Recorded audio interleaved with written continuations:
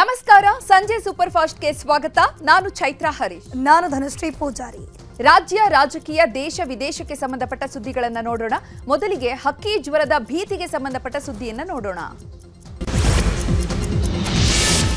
ನೆರೆ ರಾಜ್ಯದಲ್ಲಿ ಆತಂಕ ಸೃಷ್ಟಿಸಿದ ಹಕ್ಕಿ ಜ್ವರ ರಾಜ್ಯಕ್ಕೂ ಕಾಲಿಟ್ಟಿದೆ. ರಾಜ್ಯದ ಗಡಿ ಜಿಲ್ಲೆಗಳಲ್ಲಿ ಹಕ್ಕಿ ಜ್ವರದ ಭೀತಿಯಿಂದಾಗಿ ಜನರಲ್ಲಿ ಆತಂಕ ಶುರುವಾಗಿದೆ. H5N1 ಪ್ರಕರಣದಿಂದ ಸಾವಿರಾರು ಹಕ್ಕಿಗಳು ಹಾಗೂ ಕೋಳಿಗಳ ಸಾವು ಸಂಭವಿಸಿದೆ ಅಂತ ತಿಳಿದು ಬಂದಿದೆ. ಪಕ್ಷಿಗಳಲ್ಲಿ ಆಯಾಸ, ಹಸಿವಿನ ಕೊರತೆ, ಮೊಟ್ಟೆ ಇಡೋದು ಕಡಿಮೆಯಾಗುವುದು ಸೇರಿದಂತೆ ಸೋಂಕಿನ ಲಕ್ಷಣ ಕಂಡುಬರಲಿದೆ.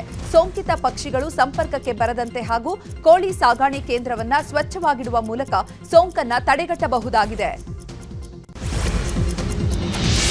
ಬಳ್ಳಾರಿಯ ಕೊರೆಕೊಪ್ಪ ಪೌಲ್ಟ್ರಿ ಫಾರಂನಲ್ಲಿ ಹಕ್ಕಿ ಜ್ವರ ದೃಢವಾಗಿದೆ. ಫೆಬ್ರವರಿ 21ರಿಂದ ಈವರೆಗೆ 2400 ಕೋಳಿಗಳು ಸಾವನ್ನಪ್ಪಿವೆ.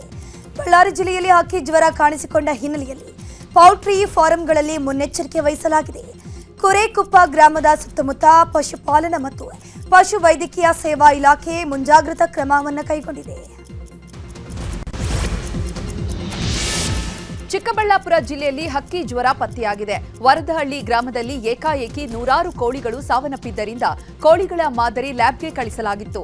ನಿನ್ನೆ ಬಂದ ವರದಿಯಲ್ಲಿ ಹಕ್ಕಿ ಜ್ವರ ಇರುವುದು ದೃಢಪಟ್ಟಿದೆ. ಗ್ರಾಮದಲ್ಲಿ ಸೋಂಕು ತಡೆಗೆ ಬ್ಲೀಚಿಂಗ್ ಸಿಂಪಡಿಸಿದ್ದು ಸುತ್ತಮುತ್ತಲಿನ ಗ್ರಾಮಸ್ಥರು ವರದಹಳ್ಳಿಗೆ ಬರಲು ಹಿಂದೇಟು ಹಾಕ್ತಿದ್ದಾರೆ. ಚಿಕ್ಕಬಳ್ಳಾಪುರದಲ್ಲಿ ಹಕ್ಕಿ ಜ್ವರ ಭೀತಿ ಹಿನ್ನೆಲೆ ವರದಹಳ್ಳಿಯಲ್ಲಿ ಸ್ವಚ್ಛತಾ ಕಾರ್ಯವನ್ನು ಮಾಡಲಾಯಿತು. ನಿರಂತರ ಸ್ಯಾನಿಟೈಸ್ ಹಾಗೂ ಬ್ಲೀಚಿಂಗ್ ಸಿಂಪಡಣೆ ಮಾಡುವ ಮೂಲಕ ಸ್ವಚ್ಛತೆ ಕಾರ್ಯ ಮಾಡಲಾಗುತ್ತಿದೆ. ಇನ್ನು ಹಕ್ಕಿ ಜ್ವರ ಭೀತಿ ವಿಚಾರದ ಬಗ್ಗೆ ಮಾತನಾಡಿರುವ ಸಚಿವ ಸುಧಾಕರ್, ವರದನಹಳ್ಳಿ ಗ್ರಾಮದಲ್ಲಿ ಕಟ್ಟುನಿಟ್ಟಿನ ಕ್ರಮವನ್ನ ಕೈಗೊಂಡಿದ್ದೇವೆ. ಸುತ್ತಮುತ್ತಲಿನ ಗ್ರಾಮಗಳಿಗೆ ಸೋಂಕು ಹರಡದಂತೆ ಕ್ರಮ ವಹಿಸಲಾಗಿದೆ ಅಂತ ಹೇಳಿದರು. ನಮಗೆ ಬಂತು, ಅದು ಟೆಸ್ಟ್ ಕಳಿಸಿದ್ರು. ಅದು ಪಾಸಿಟಿವ್ ಬಂದಮೇಲೆ ಪೂರ್ತಿ ಗ್ರಾಮದಲ್ಲಿ ಸ್ಯಾನಿಟೈಸ್ ಮಾಡಿದ್ದಾರೆ. ಮತ್ತು ಏನು ಅಕ್ಕಿಗಳು ಯಾವ್ಯಾವ ಇತ್ತು ಅವ್ರಿಗೆಲ್ಲರಿಗೂ ಒಪ್ಪಿಸಿ ಅದನ್ನು ಸಾಮೂಹಿಕವಾಗಿ ಅದನ್ನು ಉಳಿಸುವಂಥ ಕೆಲಸವನ್ನು ಮಾಡಿದ್ದೀವಿ. ಮತ್ತು ಸುತ್ತಲೂ ಇರ್ತಕ್ಕಂಥ ಗ್ರಾಮಗಳಿಗೂ ಹರಡದಂತೆ ಅಲ್ಲೂ ಕೂಡ ಮುಂಜಾಗ್ರತೆ ಕ್ರಮಗಳನ್ನು ತೆಗೆದುಕೊಳ್ತಿದ್ದಾರೆ. ನಿರಂತರವಾಗಿ ಇಲಾಖೆಯವರು, ನಮ್ಮ ಸಿ ಅವರು, DC ಅವರಿಬ್ಬರು ಇದ್ರ ಕಡೆ ಗಮನ ಕೊಟ್ಟು ಅದನ್ನು. ಹಕ್ಕಿ ಜ್ವರ ಭೀತಿ ಬೆನ್ನಲ್ಲೇ ರಾಯಚೂರು ಜಿಲ್ಲೆಯಲ್ಲಿ ನಿಗೂಢವಾಗಿ ಹಕ್ಕಿಗಳು ಸಾವನ್ನಪ್ತಾ ಇವೆ. ಜಿಲ್ಲೆಯ ಮಾನ್ವಿ ಪಟ್ಟಣದಲ್ಲಿ ಕಳೆದ 3-4 ದಿನಗಳಿಂದ ಪಕ್ಷಿಗಳು ಸಾವನ್ನಪ್ತಾ ಇದ್ದು, ಪಶುಪಾಲನಾ ಇಲಾಖೆಗೆ ಹಕ್ಕಿಗಳ ನಿಗೂಢ ಸಾವಿಗೆ ಕಾರಣ ಏನೆಂಬುದು ಚಾಲೆಂಜ್ ಆಗಿದೆ. ಈಗ ರಾಜಕೀಯ ಸುದ್ದಿಗಳನ್ನ ಕ್ವಿಕ್ ಆಗಿ ನೋಡೋಣ.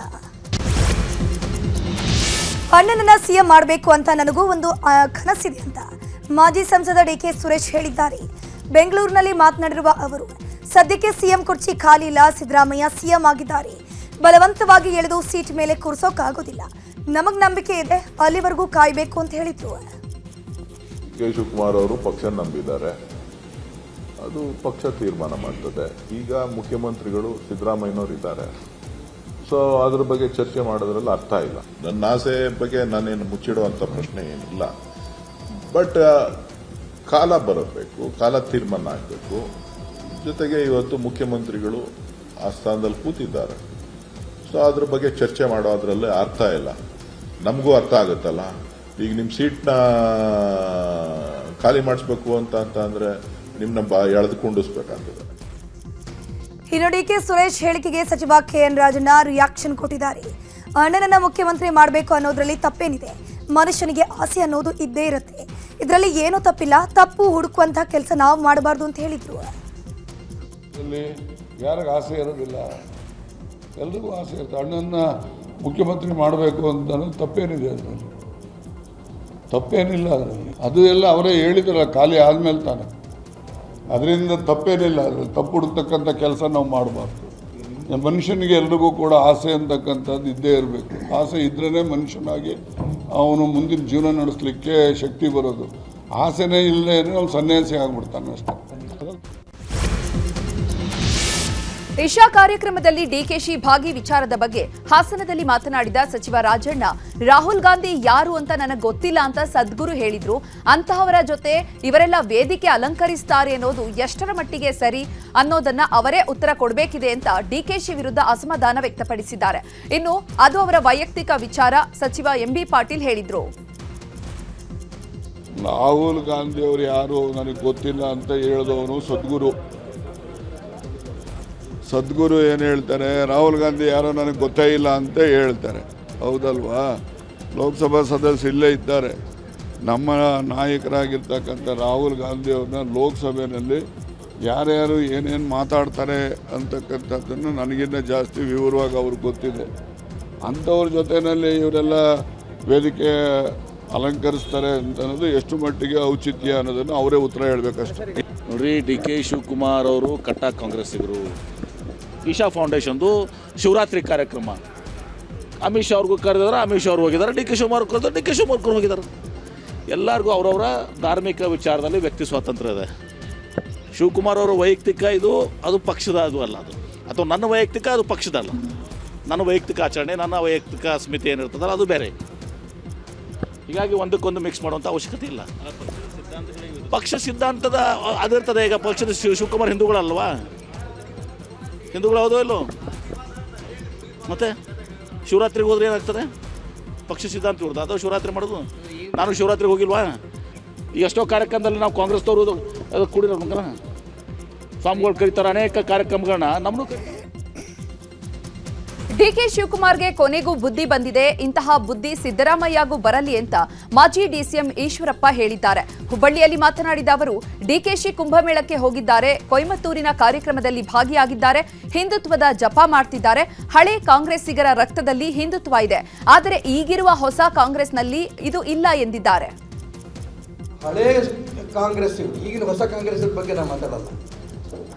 ಆ ಹಳೆ ಕಾಂಗ್ರೆಸ್ಸಿಗರ ರಕ್ತ ಏನಿತ್ತಲ್ಲ, ಅದು ಇನ್ನೂ ಈಗಲೂ ಅನೇಕ ಕಾಂಗ್ರೆಸ್ಸಿಗರಲ್ಲಿ ಇದೆ. ನಾನು ಅದನ್ನು ಎಲ್ಲ ಕಾಂಗ್ರೆಸ್ಸಿಗರು ಕೂಡ ಧರ್ಮದ್ರೋಹಿಗಳು ಅಂತ ಹೇಳಲ್ಲ.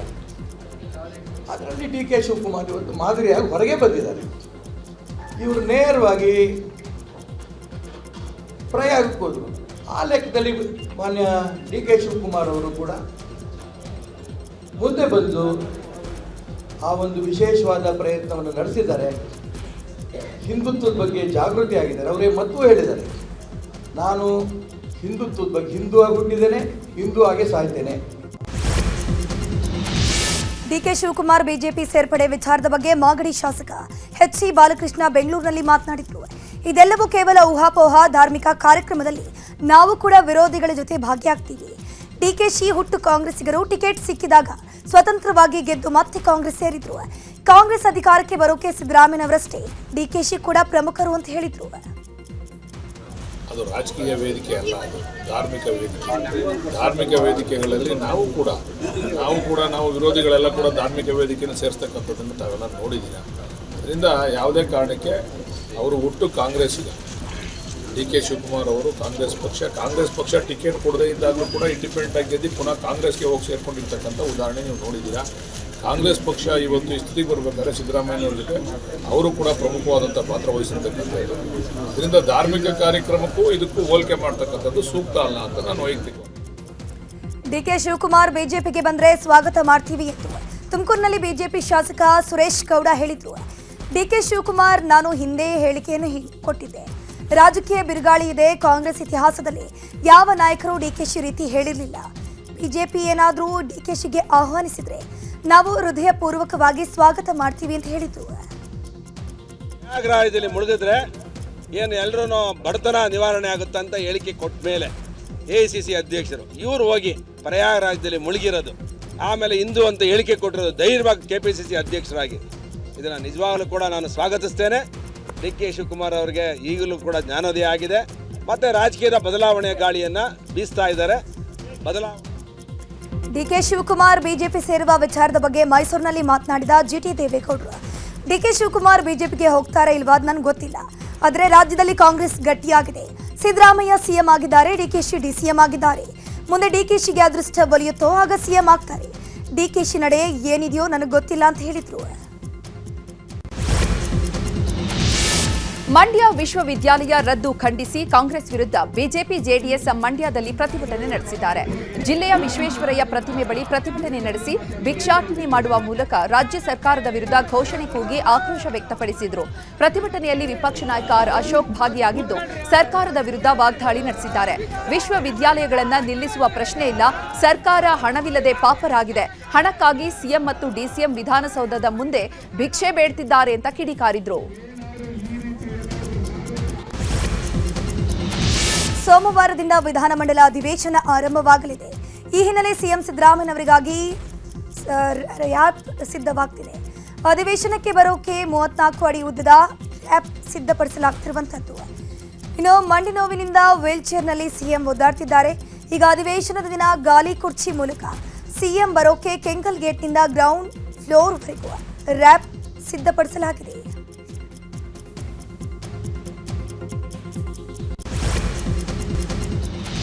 ಈಗ ರಾಜ್ಯದ ಸುದ್ದಿಗಳನ್ನು ನೋಡ್ತಾ ಹೋಗೋಣ. ಮಹಾರಾಷ್ಟ್ರದಲ್ಲಿ ಕರ್ನಾಟಕ ಬಸ್ಗೆ ಎಂಇಎಸ್ ಕಾರ್ಯಕರ್ತರು ಮಸಿ ಬಳಿದ ಹಿನ್ನೆಲೆಯಲ್ಲಿ ಕಲಬುರಗಿಯಲ್ಲಿ ಮಹಾರಾಷ್ಟ್ರ ಬಸ್ ತಡೆದು ಮಸಿ ಬಳಿಯಲಾಗಿದೆ. ರಿಂಗ್ ರಸ್ತೆಯಲ್ಲಿ ಬಸ್ ತಡೆದ ಜಯ ಕರ್ನಾಟಕ ಸಂಘಟನಾ ಕಾರ್ಯಕರ್ತರು ಮಹಾರಾಷ್ಟ್ರ ಅಂತ ಬರೆದ ಎಲ್ಲ ಕಡೆ ಮಸಿ ಬಳಿದು ಡ್ರೈವರ್ಗೆ ಹಾರ ಹಾಕಿ ಸನ್ಮಾನ ಮಾಡಿದ್ರು. ಕನ್ನಡಿಗರು ಶಾಂತ ಸ್ವಭಾವದವರು, ನಮ್ಮನ್ನ ಕೆಣಕಬೇಡಿ ಅಂತ ಎಚ್ಚರಿಕೆ ನೀಡಿದ್ರು. ಮಹಾರಾಷ್ಟ್ರದಲ್ಲಿ ಕರ್ನಾಟಕ ಬಸ್ ಚಾಲಕರಿಗೆ ಮಸಿ ಬಳಿದ ಹಿನ್ನೆಲೆಯಲ್ಲಿ ಕರ್ನಾಟಕದಲ್ಲಿ ಮಹಾರಾಷ್ಟ್ರ ಬಸ್ ಚಾಲಕನಿಗೆ ಹಾರ ಹಾಕಿ ಸನ್ಮಾನ ಮಾಡಲಾಯಿತು. ಇನ್ನು ಮಹಾರಾಷ್ಟ್ರದಿಂದ ಆಳಂದಾಗೆ ಬಂದ ಬಸ್ ಚಾಲಕನಿಗೆ ಹಾರ ಹಾಕಿ, ನೀವು ಮಸಿ ಬಳಿದ್ರೆ ನಾವು ಹಾರ ಹಾಕ್ತೀವಿ ಅಂತ ಕನ್ನಡಪರ ಸಂಘಟನೆಯ ಕಾರ್ಯಕರ್ತರು ಕರೆ ನೀಡಿದ್ರು. ಜೊತೆಗೆ ಕರ್ನಾಟಕವನ್ನ ಪದೇ ಪದೇ ಕೆಣಕುವಂತಹ ಕೆಲಸ ಮಾಡಬೇಡಿ ಅಂತ ಎಚ್ಚರಿಕೆ ನೀಡಿದ್ರು. ವಾಟಾಳ್ ನಾಗರಾಜ್ ಕರೆ ಕೊಟ್ಟಿರುವಂತಹ ಕರ್ನಾಟಕ ಬಂದ್ಗೆ ಕರವೇ ನಾರಾಯಣಗೌಡ ಬಣ ವಿರೋಧ ವ್ಯಕ್ತಪಡಿಸಿದೆ. ಈ ಬಗ್ಗೆ ನ್ಯೂಸ್ 18 ಜೊತೆ ಕರವೇ ನಾರಾಯಣಗೌಡ ಮಾತನಾಡಿದ್ದು, ಬಂದ್ ಒಂದೇ ಎಲ್ಲದಕ್ಕೂ ಪರಿಹಾರ ಅಲ್ಲ ಎಂದಿದ್ದಾರೆ. ಕನ್ನಡ ಪರ ಸಂಘಟನೆಗಳು ಅಖಂಡ ಕರ್ನಾಟಕ ಬಂದ್ಗೆ ಕರೆ ಕೊಟ್ಟಿವೆ. ಇದ್ರ ಬಗ್ಗೆ ಮಾತನಾಡೋಕೆ ನಮ್ಮ ಜೊತೆ ಕರ್ನಾಟಕ ರಕ್ಷಣಾ ವೇದಿಕೆಯ ರಾಜ್ಯಾಧ್ಯಕ್ಷರಾದಂತಹ ಕರವೇ ನಾರಾಯಣಗೌಡರು ಇದರ ಬಗ್ಗೆ ಮಾತಾಡ್ಸೋಣ. ಈ ಒಂದು ಬಂದ್ಗೆ ನಿಮ್ಮ ಬೆಂಬಲ ಇದೆಯೋ ಇಲ್ವೋ? ನೋಡಿ, ಅವರ ಬಂದಿಗೆ ಕರೆ ಕೊಟ್ಟಿರುವಂಥ ವಿಚಾರಗಳು ಸರಿ ಇದೆ, ಇಲ್ಲ ಅಂತ ಹೇಳಲ್ಲ.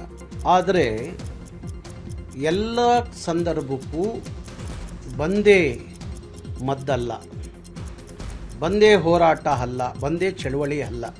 ಬಂದು ಅನ್ನೋದು ಕೊನೆಯ ಅಸ್ತ್ರವಾಗಿ ಯಾವ ಸಂದರ್ಭಕ್ಕೆ ಬಳಸಬೇಕು ಆ ಸಂದರ್ಭಕ್ಕೆ ಇಡೀ ರಾಜ್ಯದ ಜನರಿಗೆ ಬಂದು ಅಗತ್ಯ ಇದೆ ಅನ್ನುವಾಗ ಆಗ ಅಂಥದ್ದೊಂದು ಬಂದು ಕರೆ ಕೊಟ್ಟಾಗ ಬಂದು ಸಕ್ಸಸ್ ಆಗುತ್ತೆ, ಬಂದಿಗೆ ಈ ನಾಡಿನ ಜನರ ಬೆಂಬಲ ಸಿಗುತ್ತೆ. ಆದರೆ ಇವತ್ತೇನಾಗಿದೆ, ಇವತ್ತಿನ ಸಂದರ್ಭಕ್ಕೆ ಏನಾಗಿದೆ, ಮಾರ್ಚಲ್ಲಿ ತುಂಬ ಪರೀಕ್ಷೆಗಳು ನಡೆಯುತ್ತವೆ. ಆ ಮಕ್ಕಳು ಭವಿಷ್ಯನ ನೋಡಬೇಕಲ್ಲ, ವಿದ್ಯಾರ್ಥಿಗಳು ಭವಿಷ್ಯನ ನೋಡಬೇಕಲ್ಲ. ಅದಕ್ಕೋಸ್ಕರ ಈ ಬಂದ್ಗೆ ನಮ್ಮ ಬೆಂಬಲ ಇಲ್ಲ. ಇದಿಷ್ಟು ಕರ್ನಾಟಕ ರಕ್ಷಣಾ ವೇದಿಕೆಯ ರಾಜ್ಯಾಧ್ಯಕ್ಷರಾಗಿರುವಂತಹ ಕರವೇ ನಾರಾಯಣಗೌಡರು ಹೇಳ್ತಿರುವಂತಹ ಮಾತು. ಕ್ಯಾಮ್ರಸನ್ ನೂರ್ ಅಹಮದ್ ಜೊತೆ ರಂಜನ್ ಶಿಲಾಲ್, ನ್ಯೂಸ್ 18 ಬೆಂಗಳೂರು. ರಾಜ್ಯದಲ್ಲಿ ಎಂಇಎಸ್ ನಿಷೇಧ ಆಗಬೇಕು ಎಂದು ವಾಟಾಳ್ ನಾಗರಾಜ್ ಆಗ್ರಹಿಸಿದ್ದಾರೆ. ಈ ಕುರಿತು ರಾಮನಗರದಲ್ಲಿ ಮಾತನಾಡಿದ ಅವರು, ಮಾರ್ಚ್ 22ಕ್ಕೆ ಕರ್ನಾಟಕ ಬಂದ್ ಮಾಡ್ತೇವೆ, ಕಡ್ಲೆಪುರಿ ತಿನ್ನಲು ಬಂದ್ ಮಾಡ್ತಾ ಇಲ್ಲ, ಪರಭಾಷಿಗರು ಅಕ್ರಮ ವಲಸೆ ತಪ್ಪಬೇಕು, ಕನ್ನಡದ ಉಳಿವಿಗಾಗಿ ಬಂದ್ ಮಾಡಲಾಗ್ತಿದೆ ಎಂದರು. ಮಾರ್ಚ್ 22ರಂದು ಕರ್ನಾಟಕ ಬಂದ್ ವಿಚಾರದ ಬಗ್ಗೆ ಸಚಿವ ರಾಜಣ್ಣ ಪ್ರತಿಕ್ರಿಯೆ ಕೊಟ್ಟಿದ್ದು, ಯಾವುದೇ ಭಾಷೆ ಆಧಾರದ ಮೇಲೆ ಯಾರನ್ನು ದ್ವೇಷ ಮಾಡೋದು ಸರಿಯಲ್ಲ ಅಂತ ಹೇಳಿದ್ರು. ಹಾಸನದಲ್ಲಿ ಮಾತನಾಡಿರುವಂತಹ ಅವರು, ಕಿಡಿಗೇಡಿಗಳು ಮಾಡುವ ಅವಾಂತರದಿಂದ ಜನಸಾಮಾನ್ಯರಿಗೆ ತೊಂದರೆಯಾಗುತ್ತೆ. ಈ ವಿಚಾರದ ಬಗ್ಗೆ ಈಗಾಗಲೇ ಮಹಾರಾಷ್ಟ್ರ ಸರ್ಕಾರದ ಹಿರಿಯ ಅಧಿಕಾರಿಗಳ ಜೊತೆ ಮಾತನಾಡಿದ್ದೀರಿ, ಆದಷ್ಟು ಬೇಗ ಈ ಸಮಸ್ಯೆ ಬಗೆಹರಿಸ್ತೀವಿ ಅಂತ ಹೇಳಿದ್ರು. ಮಹಾರಾಷ್ಟ್ರದಲ್ಲಿ ಎಂಇಎಸ್ ಪುಂಡಾಟಿಕೆ ಕಡಿಮೆಯಾಗಿದೆ ಅಂತ ಕಾನೂನು ಸಚಿವ ಎಚ್.ಕೆ. ಪಾಟೀಲ್ ಹೇಳಿದ್ದಾರೆ. ಗದಗದಲ್ಲಿ ಮಾತನಾಡಿರುವಂತಹ ಅವರು, ಇವಾಗ ಹಾವಳಿ ಕಡಿಮೆಯಾಗಿದೆ, ಕನ್ನಡಿಗರು ಮರಾಠಿಗರ ಭಾತೃತ್ವದಿಂದ ಇರ್ತಾರೆ ಅಂತ ಸಚಿವ ಎಚ್.ಕೆ. ಪಾಟೀಲ್ ಹೇಳಿದ್ರು. ಟ್ಯಾಟೂ ಆಯ್ತು, ಲಿಪ್ಸ್ಟಿಕ್ ಆಯ್ತು, ಇದೀಗ ಮೆಹಂದಿ ಸರದಿ. ಮೆಹಂದಿಯಲ್ಲೂ ಕೂಡ ಅಪಾಯಕಾರಿ ಅಂಶ ಇರುವ ಬಗ್ಗೆ ಆತಂಕ ಎದುರಾಗಿದೆ. ಮೆಹಂದಿಯಿಂದ ಚರ್ಮ ರೋಗದ ಸಮಸ್ಯೆ ಉದ್ಭವವಾಗುವ ಆತಂಕ ಇದೆ. ಹೀಗಾಗಿ ಮೆಹಂದಿ ಮೇಲೆ ಕಡಿವಾಣ ತರಲು ಚಿಂತನೆ ನಡೆದಿದೆ. ಮೆಹಂದಿ ಬಳಕೆ ವಿಚಾರವಾಗಿ ಈಗಾಗಲೇ ಸಾವಿರಾರು ದೂರುಗಳು ಬಂದಿದ್ದು, ಮೆಹಂದಿ ಮೇಲೂ ಸಮರ ಸಾರಲು ಆರೋಗ್ಯ ಇಲಾಖೆ ಸಜ್ಜಾಗಿದೆ. ಮೆಹಂದಿಯನ್ನ ಕೇಂದ್ರ ಸರ್ಕಾರದ ಅಧಿನಿಯಮಕ್ಕೆ ಒಳಪಡಿಸಲು ಆರೋಗ್ಯ ಇಲಾಖೆ ಪತ್ರ ಬರೆದಿದೆ. ಬೆಂಗಳೂರಿನ ಅಂತಾರಾಷ್ಟ್ರೀಯ ಫಿಲ್ಮ್ ಫೆಸ್ಟಿವಲ್ಗೆ ಚಾಲನೆ ಸಿಕ್ಕಿದೆ. ವಿಧಾನಸೌಧ ಮುಂಭಾಗದಲ್ಲಿ ಫಿಲ್ಮ್ ಫೆಸ್ಟಿವಲ್ಗೆ ಸಿಎಂ ಸಿದ್ದರಾಮಯ್ಯ ಚಾಲನೆ ನೀಡಿದರು. ಸಚಿವರಾದ ಕೆಜೆ ಜಾರ್ಜ್, ಸಭಾಪತಿ ಬಸವರಾಜ ಹೊರಟ್ಟಿ, ಶಾಸಕ ರಿಜ್ವಾನ್ ಅರ್ಷದ್, ಹಾಗೆಯೇ ಮಾಲಶ್ರೀ, ನಟ ಶಿವರಾಜ್ ಕುಮಾರ್, ಸಾಧು ಕೋಕಿಲ ಸೇರಿದಂತೆ ಹಲವು ಗಣ್ಯರು ಭಾಗಿಯಾಗಿದ್ದರು. ಈ ಕಾರ್ಯಕ್ರಮದಲ್ಲಿ ಚಲನಚಿತ್ರೋತ್ಸವದ ಕೈಪಿಡಿಯನ್ನು ಡಾಕ್ಟರ್ ಶಿವರಾಜ್ ಕುಮಾರ್ ಲೋಕಾರ್ಪಣೆ ಮಾಡಿದರು.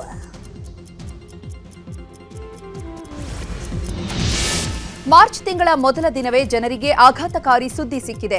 ಎಲ್ಪಿಜಿ ಸಿಲಿಂಡರ್ ಬೆಲೆಯನ್ನ ₹6ಗೆ ಹೆಚ್ಚಿಸಲಾಗಿದೆ. ಸರ್ಕಾರಿ ಸ್ವಾಮ್ಯದ ತೈಲ ಕಂಪನಿಗಳು 19 ಕೆಜಿ ವಾಣಿಜ್ಯ ಸಿಲಿಂಡರ್ನ ಬೆಲೆಯನ್ನ ಹೆಚ್ಚಿಸಿವೆ. ಫೆಬ್ರವರಿ ತಿಂಗಳಲ್ಲಿ ₹7 ಕಡಿಮೆಯಾಗಿದ್ದ ಎಲ್ಪಿಜಿ ಸಿಲಿಂಡರ್ನ ಬೆಲೆ ಇಂದಿನಿಂದ ₹6ಗಳಷ್ಟು ಹೆಚ್ಚಿಗೆ ಆಗಿದ್ದು ₹1,797 ಇದ್ದ ಪ್ರತಿ ಸಿಲಿಂಡರ್ಗೆ ₹1,803 ಹೆಚ್ಚಳ ಮಾಡಲಾಗಿದೆ. ಮಧ್ಯಪ್ರದೇಶದ ಭೋಪಾಲ್ನ ಗೋವಿಂದಪುರ ಕೈಗಾರಿಕಾ ಪ್ರದೇಶದಲ್ಲಿ ಭಾರೀ ಅಗ್ನಿ ಅವಘಡ ಸಂಭವಿಸಿದೆ. ಕೆಮಿಕಲ್ ಫ್ಯಾಕ್ಟರಿಯೊಂದರಲ್ಲಿ ಆಕಸ್ಮಿಕ ಬೆಂಕಿ ಕಾಣಿಸಿಕೊಂಡಿರುವಂತಹದ್ದು. ಅಗ್ನಿ ಅವಘಡದಿಂದ ಯಾವುದೇ ಪ್ರಾಣಹಾನಿ ಸಂಭವಿಸಿಲ್ಲ. ಬೆಂಕಿಯ ಕೆನ್ನಾಲಿಗೆಗೆ ತೀವ್ರವಾಗಿದ್ದು 12 ಅಗ್ನಿಶಾಮಕ ವಾಹನಗಳು ಬೆಂಕಿ ನಂದಿಸುವ ಕಾರ್ಯಾಚರಣೆ ನಡೆಸುತ್ತಿವೆ. ಹಿಮಾಚಲ ಪ್ರದೇಶದಲ್ಲಿ ಧಾರಾಕಾರ ಮಳೆಯಾಗ್ತಾ ಇದ್ದು ಜನಜೀವನ ಸಂಪೂರ್ಣ ಅಸ್ತವ್ಯಸ್ತಗೊಂಡಿದೆ. ಕುಲ್ಲುವಿನಲ್ಲಿ ನಿರಂತರ ಮಳೆಯಿಂದಾಗಿ ತಗ್ಗು ಪ್ರದೇಶಗಳಿಗೆಲ್ಲ ನೀರು ನುಗ್ಗಿ ಪ್ರವಾಹವೇ ಸೃಷ್ಟಿಯಾಗಿದೆ. ಪ್ರವಾಹ ಪೀಡಿತ ಸ್ಥಳದಲ್ಲಿರುವಂತಹ ಜನರನ್ನ ಬೇರೆಡೆ ಸ್ಥಳಾಂತರ ಮಾಡುವ ಕಾರ್ಯ ಮಾಡಲಾಗುತ್ತಿದೆ. ಉತ್ತರಾಖಂಡದ ಚಮೋಲಿ ಜಿಲ್ಲೆಯ ಮಾನಾದ ಬಳಿ ಭಾರೀ ಹಿಮಪಾತವಾಗಿದೆ. ಹಿಮಪಾತದಲ್ಲಿ ಸಿಲುಕಿ 4 ಕಾರ್ಮಿಕರು ಮೃತಪಟ್ಟಿದ್ದಾರೆ. ಹಿಮದಲ್ಲಿ ಸಿಲುಕಿರುವ ಇನ್ನೂ 5 ಕಾರ್ಮಿಕರ ಪತ್ತೆಗೆ ಕಾರ್ಯಾಚರಣೆ ಮುಂದುವರಿಸಲಾಗಿದೆ. ನಾಪತ್ತೆಯಾದ ಕಾರ್ಮಿಕರ ಪತ್ತೆಗಾಗಿ ಹಗಲು ಇರುಳು ರಕ್ಷಣಾ ಪಡೆ ಶ್ರಮಿಸುತ್ತಿದೆ. ಹಿಮದಲ್ಲಿ ಸಿಲುಕಿದ 50 ಮಂದಿ ಕಾರ್ಮಿಕರನ್ನ ರಕ್ಷಣೆ ಮಾಡಿ ಆಸ್ಪತ್ರೆಗಾಗಿ ಚಿಕಿತ್ಸೆಗಾಗಿ ರವಾನಿಸಲಾಗಿದೆ. ಛತ್ತೀಸ್ಗಢದ ಸುಕ್ಮಾ ಜಿಲ್ಲೆಯಲ್ಲಿ ನಕ್ಸಲರ ಕಾರ್ಯಚಟುವಟಿಕೆಗಳು ಹೆಚ್ಚಾಗಿವೆ. ನಕ್ಸಲರು ಹಾಗೂ ಭದ್ರತಾ ಪಡೆಗಳ ನಡುವೆ ಕಿಸ್ತರಾಂಪುರ್ ಅರಣ್ಯ ಪ್ರದೇಶದಲ್ಲಿ ಗುಂಡಿನ ಚಕಮಕಿ ನಡೆದಿದೆ. ರಕ್ಷಣಾ ಪಡೆಗಳ ಗುಂಡಿಗೆ 2 ನಕ್ಸಲರು ಹತರಾಗಿದ್ದಾರೆ. ಇನ್ನು ಹಲವು ನಕ್ಸಲರು ಕಾಡಿನಲ್ಲಿ ಅಡಗಿರುವ ಶಂಕೆ ಇದ್ದು ರಕ್ಷಣಾ ಪಡೆಗಳು ಕಾರ್ಯಾಚರಣೆ ನಡೆಸ್ತಾ ಇವೆ.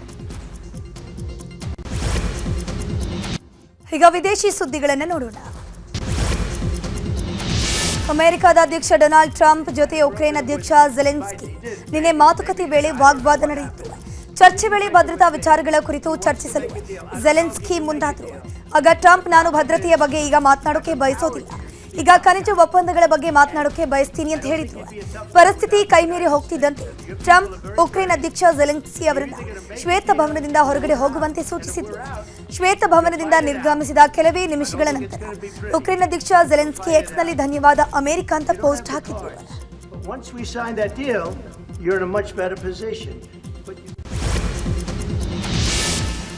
ವಿಶ್ವದ ನಂಬರ್ 1 ಶ್ರೀಮಂತ ಎಲನ್ ಮಸ್ಕ್ ಪತ್ನಿ ಶಿವೋನ್ ಜಿಲಿಸ್ ತಮ್ಮ 4ನೇ ಮಗುವಿಗೆ ಜನ್ಮ ನೀಡಿದ್ದಾರೆ. ನ್ಯೂರಾಲಿಂಕ್ ಕಂಪನಿಯಲ್ಲಿ ಕಾರ್ಯನಿರ್ವಾಹಕಿಯಾಗಿರುವಂತಹ ಜಿಲಿಸ್ ಗಂಡು ಮಗುವಿಗೆ ಜನ್ಮ ನೀಡಿದ್ದು ಇದು ಮಸ್ಕ್ ಅವರ 14ನೇ ಮಗು ಅಂತ ಹೇಳಲಾಗ್ತಾ ಇದೆ. ಸೆಲ್ಡಾನ್ ಲೈಕರ್ಗಸ್ ಹೆಸರಿನ ಗಂಡು ಮಗುವಿಗೆ ಜನ್ಮ ನೀಡಿದ್ದು ಈ ಸಂತಸವನ್ನ ತಮ್ಮ ಎಕ್ಸ್ ಖಾತೆಯಲ್ಲಿ ಹಂಚಿಕೊಂಡಿದ್ದಾರೆ.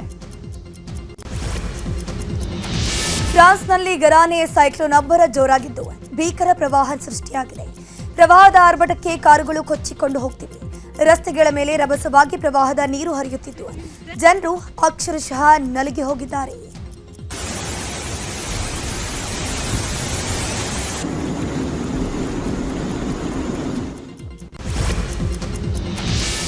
ಜಪಾನ್ನಲ್ಲಿ 5.8 ತೀವ್ರತೆಯ ಭೂಕಂಪ ಸಂಭವಿಸಿದೆ.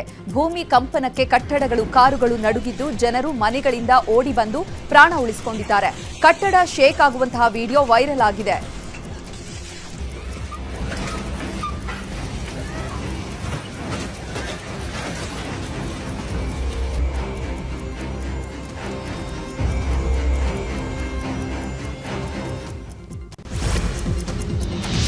ಗಂಭೀರ ಸ್ಥಿತಿಯಲ್ಲಿದ್ದ ಕ್ರಿಶ್ಚಿಯನ್ ಧರ್ಮಗುರು ಪೋಪ್ ಫ್ರಾನ್ಸಿಸ್ ಅವರ ಆರೋಗ್ಯ ದಿನದಿಂದ ದಿನಕ್ಕೆ ಚೇತರಿಕೆ ಕಾಣ್ತಿದೆ.